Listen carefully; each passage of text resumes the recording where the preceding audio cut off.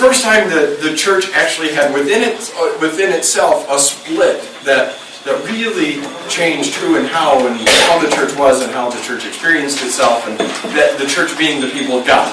Let me tell you, the fundamental cause of that split actually comes down to it was both an economic and a political and a religious split. Okay, and of course, what's it have to do with?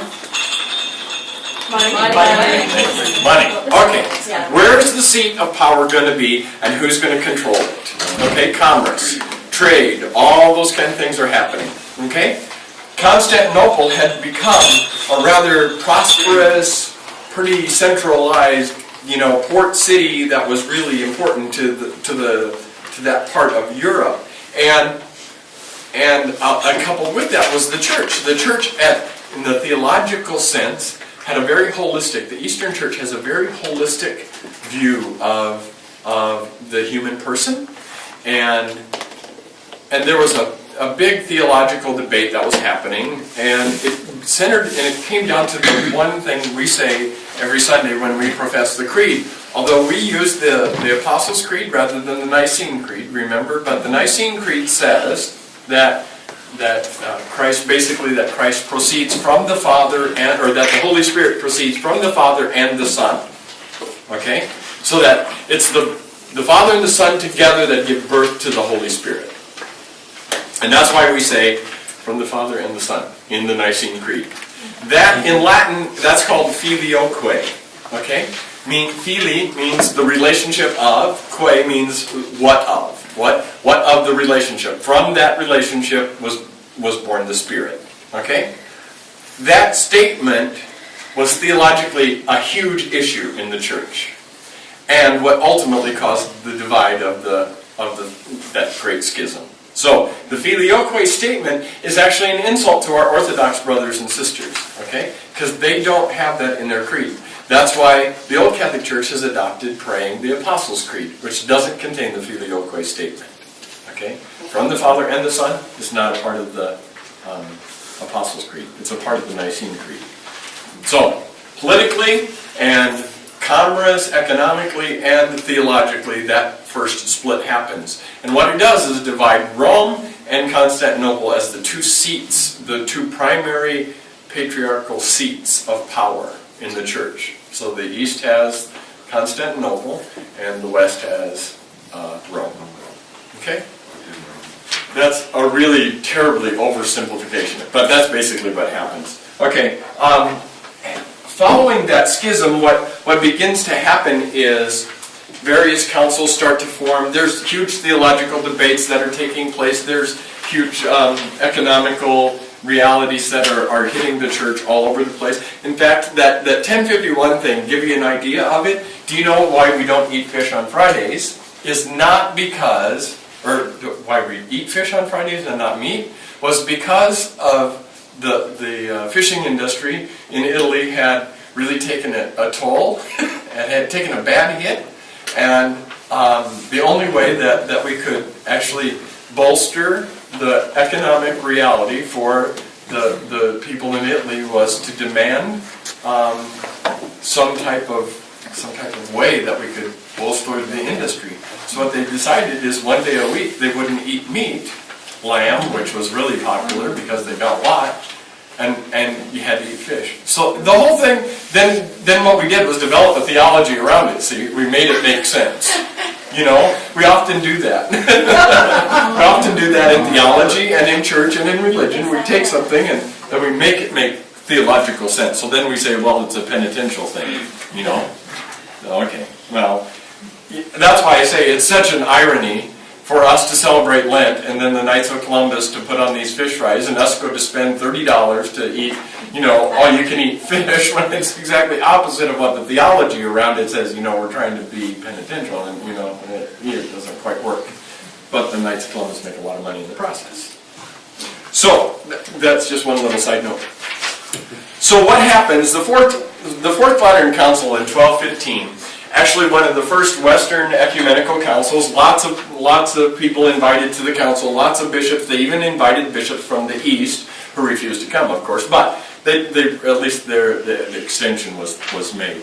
And the First Lateran Council, what happens is they basically, again, I'm really oversimplifying, but they basically say, if you're on this side of the mountain, we're going to control what happens. If you're on that side of the mountain, meaning the Alps, okay? If you're north of the Alps, we're going to basically say, because of the geographical differences and the lack of transportation, and we can't get there to do anything, and we don't know what the heck's happening, is you people take care of yourself, we'll take care of this. So we basically grant what it's called a bipapal bull, which it's not bull.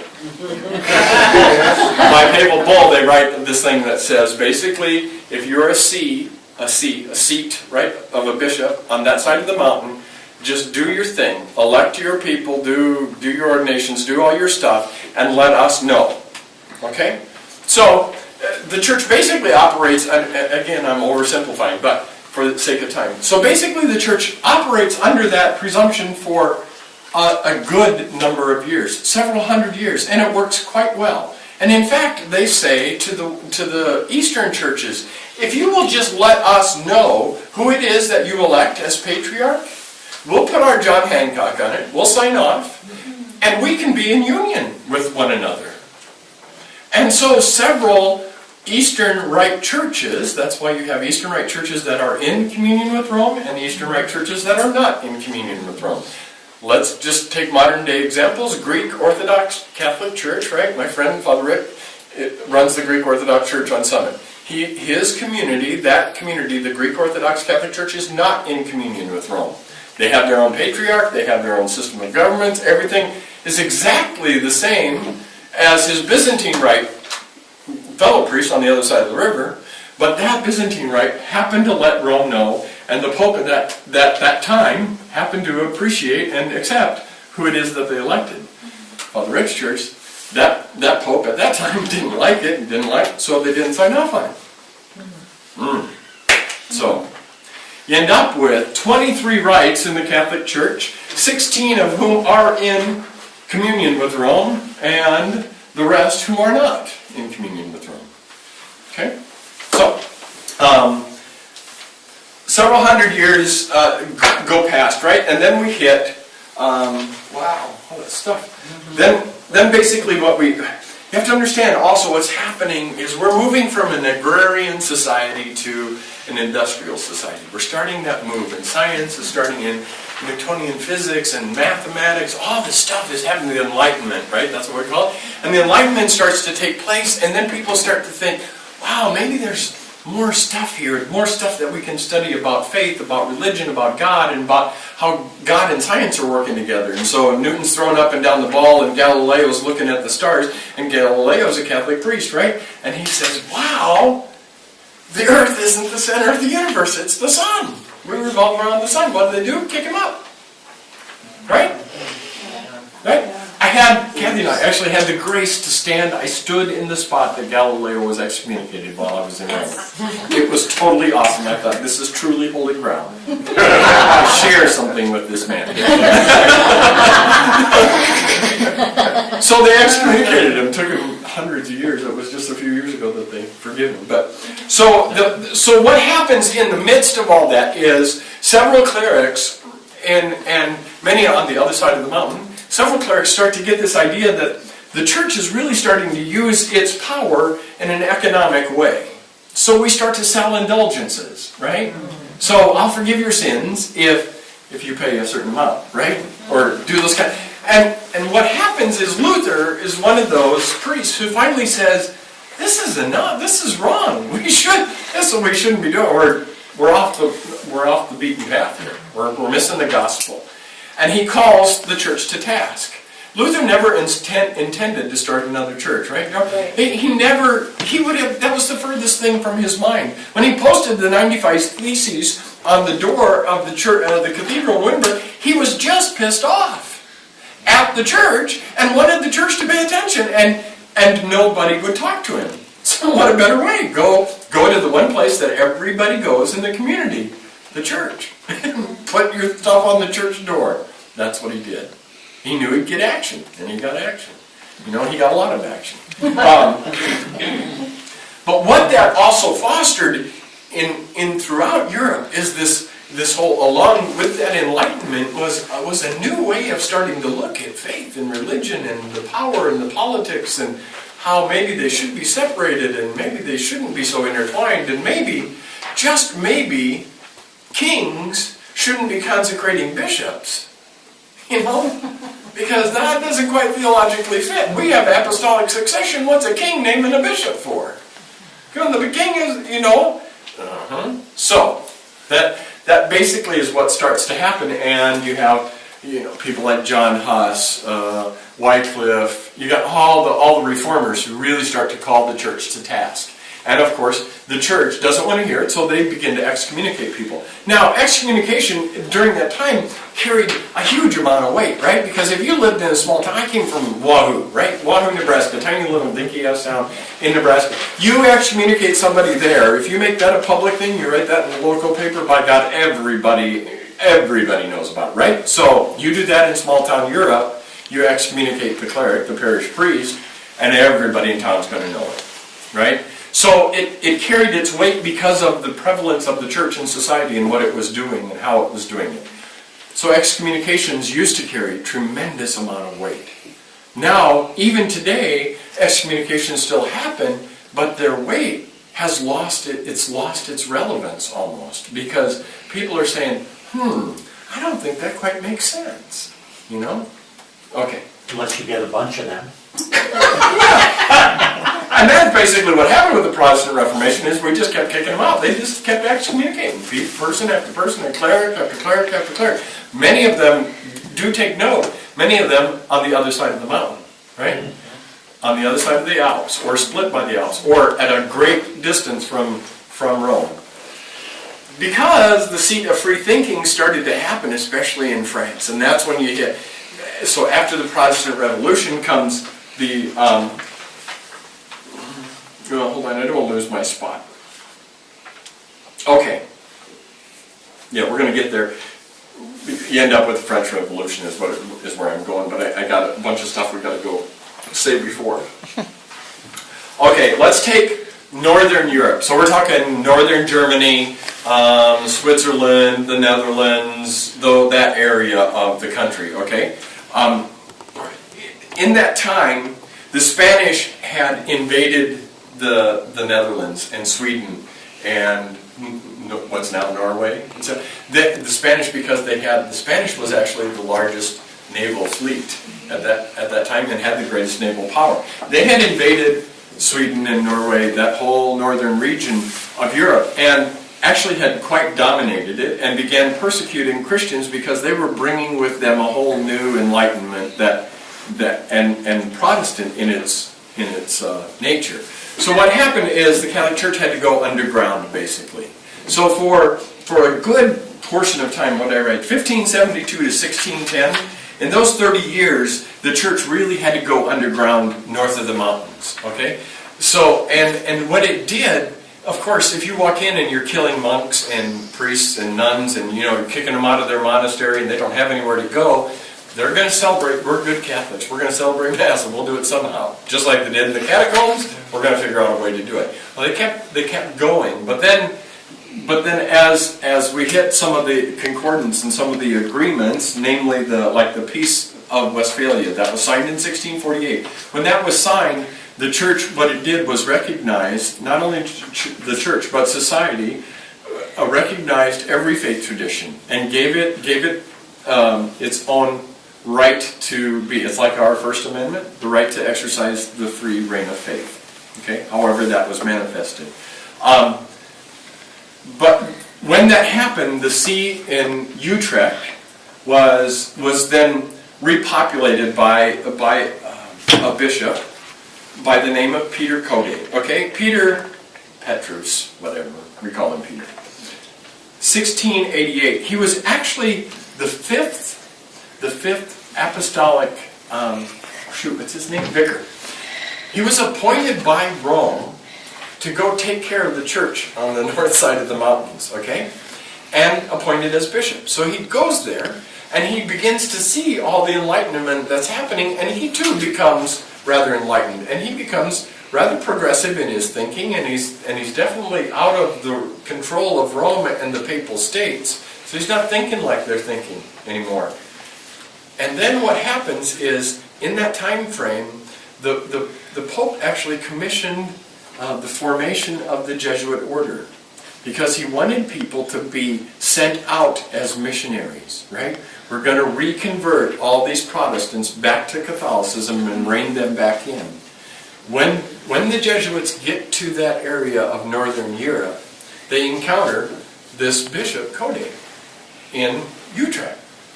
Okay? And they're really sneaky. Huh? Surprise. They're really sneaky. They don't really like Cody and what he's teaching, and his really the gospel of liberation, the gospel of freedom, and his acceptance of people wherever they were and whatever they were practicing. He was more about people's spiritual journey than he was about any particular faith tradition, although he was extremely Catholic in how he was and who he was celebrating. What they did was the Jesuits reported back to the Pope, and we were under the Piuses at that point, and there's a reason that their name is Pius, and they went 1, 2, 3, 4, 5, 6, 7, 8, 9.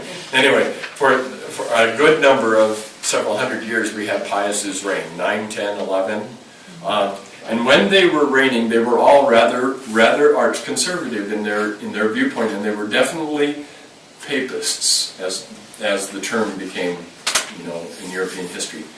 They call Cody to Rome for a gathering. Supposedly he's being invited to a council. He goes to Rome. Now we're talking 1700, it's not an easy trek from Utrecht to Rome. They get him to Rome and they put him on trial. Okay? For supposedly heresy. The trial concludes with no conclusion, inconclusive. Okay? But the Pope is so ticked, Pius XI is so ticked that the council that convened here, his lawful, whatever they call it, not a tribunal, the tribunal couldn't convict him of heresy, that he convicts him and condemns him himself. And basically kicks him out of his see. By that time, he had already went back. So he takes up residence, just like he was before he left, in Utrecht, in the bishop's house in Utrecht, right? He gets it, and he learns by word of mouth that he has now been formally excommunicated. How does he learn? Rome appoints another vicar and sends that vicar to Utrecht. So the dude shows up on the doorstep and says, well, I'm the new vicar, I'm the new bishop, and you've been excommunicated. Isn't that fun? I just think it's hilarious. I really do. Luckily, they got along. So for 4 years, they actually lived together in the same house, running 2 different churches. One with one mission, to re-centralize authority in Rome, and the other to continue the old Catholic Church. Okay? It's about that time that we start to run into more centralization of power in Rome. And we end up with the desire of Rome to really recognize Rome as the center of authority of the whole church. Everything has happened. Economically, we've grown. Politically, we've grown. The Papal States have fallen apart. Rome's kind of been a mess, and so it's kind of regrouping itself. It luckily ended up with the Vatican and the Papal States around Rome and some territory, but it lost a lot in the whole French Revolution. All the new ideas were coming forth. So basically, what happens is Cody gets called, and then he gets condemned, right?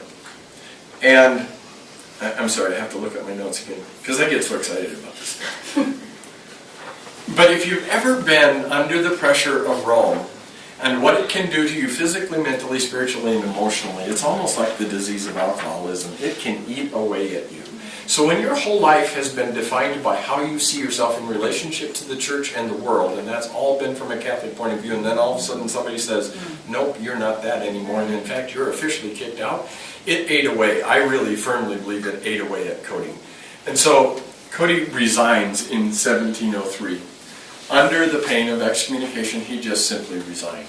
But before he did that, he was pretty smart. Before he did that, he actually consecrated the next bishop with another bishop. So, whenever in sacramental theology, whenever a person is consecrated a bishop, it always takes two bishops to consecrate one bishop, okay?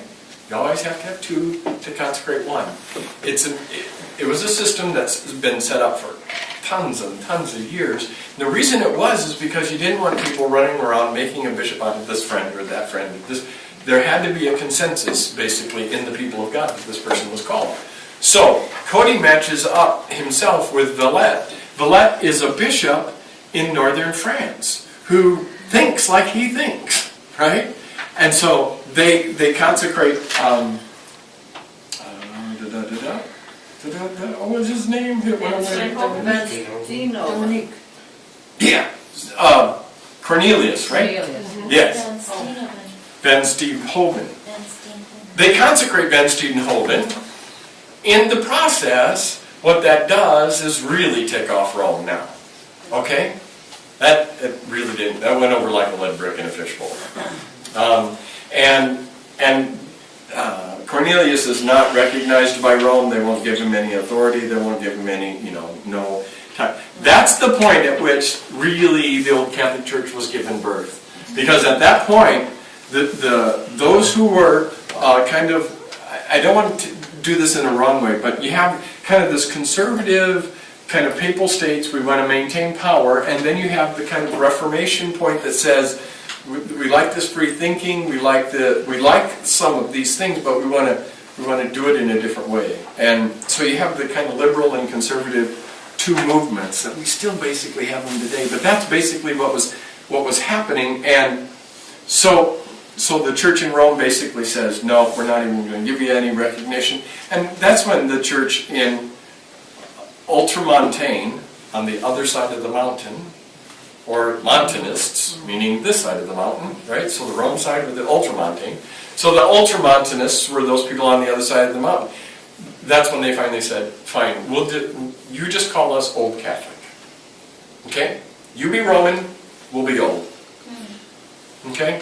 And we'll just keep doing our thing, and you keep doing your thing. And when was that? So you're talking about 17, well, okay, when was he? Hold on, I wrote it all down there. 1703. Yeah, 1703, right before Cody resigns is when he consecrated Cornelius. Sorry, I should have put Cornelius's consecration there. So, there's his, Dominique is the other, he was the other French bishop that participated in the ordination, okay? And then the French Revolution happens, the two strains of the French Revolution, the conservative and the liberal strain, New Thought and Old Thought, and when that continues to rise, the Old Catholic Church kind of went with the more liberal, and the Roman Catholic Church kind of stayed with the more conservative strains. And then we finally get to the 1871. Now, 1871, the Roman Church decides that it's going to do an ecumenical council. It's actually going to invite East and West back together again, and they're going to try to talk about where authority really does reside. And of course, the Eastern bishops say, thank you, but no thank you, we'll stay. We know Alexandria, Constantinople's fine, we'll just stay there. But all the other bishops proceed to come to the council at first, right? So the council begins, and then of course the Franco-Prussian War breaks out. Okay, now we're getting divided by the mountains again, right? So we've got to get our bishops back on the boat to get around the fighting, right? And get them back up to where they are. So the bishops of Northern Europe leave to go back. They basically get back to their relative seats of power, if you will. Their places in France and Germany and Belgium, those areas. They all get back up there again, and then Rome takes the vote on papal authority. And they have just enough people still residing in Rome, just enough bishops still there for the council to pass it by one. Yeah, and we're not sure that one was actually there. Yeah, because there's many history reports that say that person really wasn't at the council when the vote was taken. So when that happens, it even solidifies more the split between the Old Catholic Church and the Roman Catholic Church, because the Old Catholic Church has continued to operate on that whole vision of autonomy, of it being on the other side of the mountain. It sets its own, it elects its own priests, it elects its own bishops, it does its own thing, right? One of the people who was a leading theologian, a leading mover and shaker, actually a leading cleric in the whole French Revolution and the whole Old Catholic movement was John Joseph Ignaz Dollinger. So Dollinger is a major player in the Old Catholic Church. He actually, and Colleen has his book. She actually has the first edition. Is it? Oh, we've got to see this. This is a relic that we found, right? But it is a first-class relic, actually. So Dollinger, but again, remember what I said about the pain of living as a cleric and this whole. Isn't that awesome? So this is, yeah. If you're under that belief system and you're hurting that much, he actually. At the end of his life, he actually says, just forget it, I'm done. I'm not doing it anymore. I've gotten enough pressure, enough pain, enough hurt from all of this that I'm done. I won't say anymore, I won't write anymore, I won't do anymore. But some of the things he did write prior to that, prior to his death, were really pretty fundamental. And this happens to be a first edition. What's really cool, Colleen found this. Who's the bishop? It was Austin Dowling. Austin Dowling, yeah. Second Archbishop of St. Paul. Second Archbishop of Minneapolis, St. Paul, had this, which is called the Council, which was Dollinger's theological reflection on the 1871 First Vatican Council and the Pope, and how that centralization of authority should have never taken place because doesn't maintain its true integrity to the gospel. So to have this is like, yeah, no kidding. This is like gold. The really cool thing Colleen found out is that it's personally signed by Dollinger. No kidding, huh? So it has his signature right there. No kidding, huh? It's like, we have And it's written in a pen name. He doesn't call himself, he calls himself Janus. Right. And but we came upon this relic. Colleen acquired it. It's wonderful. Okay. There we go. So what happens is the Old Catholic Church says to Bishop Arnold Harris Matthew is his name, in the early 1900s, we want to send you to England and to Ireland, and we want you to spread the Old Catholic Church. Okay? Well, you have to understand, England and Ireland are not really receptive to the Old Catholic Church at this particular point. They're quite happy with what they have, and they already have the Protestant Revolution and all the stuff that's happening there, and they're really not up to seeing anybody really come in. And so his experience in England and Ireland is not real positive, and so he decides, well, the heck with this, I'm going to go to America.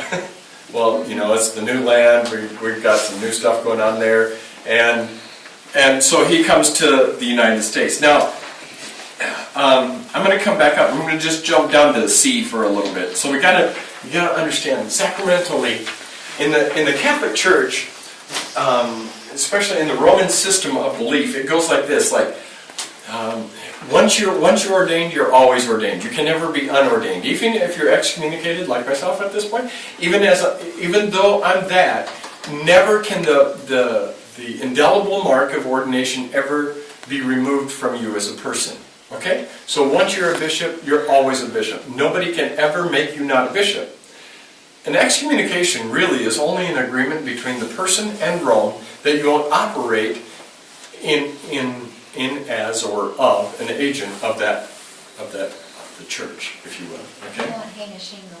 What's that? You won't hang a shingle. You won't hang. That's a great way to put it. Thank you. Yeah, you won't hang a shingle. Exactly. But if your fundamental theological position is that once I'm ordained, I'm always ordained, and there's nothing you can do to take that away from me, then I'm going to continue down that road, probably, right? Most likely. So Matthew Harris gets, or Harold Matthew gets to the United States, and he basically says, man, this is open territory. There's a lot of people. You have to remember the Roman Church grew, and it was primarily an immigrant experience. Okay, it grew out of the immigrant experience. It also grew out of the monastic movement, because most of the United States, the Catholic Church in the United States, grew from the Jesuits, the Franciscans coming with the Spanish, the Jesuits coming from Rome when they came, or several other monastic orders, especially England and France and Ireland. So they would bring their priests with them. See? So it grew out of that. Now, you have to imagine that if Joni and I come together, right? Or Joni and Colleen and I, the three of us, we come together over on the boat, we've got a system of support. You know, and we can grow this thing together. We can, even if we're miles apart, at least we have this contact with each other. Matthew comes over, he's got nothing. He's got nothing. He's standing on his own. So he writes back to the Bishop of Utrecht, and he says, do I have your permission to consecrate another bishop? Even though I don't have another bishop here, I do have a man who I would like to consecrate. And Utrecht grants him that right. And so he does. He consecrates this Prince Rudolph de Landis Burgess, right? Burgess was an old Catholic priest in France who had come to America. And he and Matthew found each other in this whole process. You know, the world's pretty small. It still is. St. Paul's even smaller.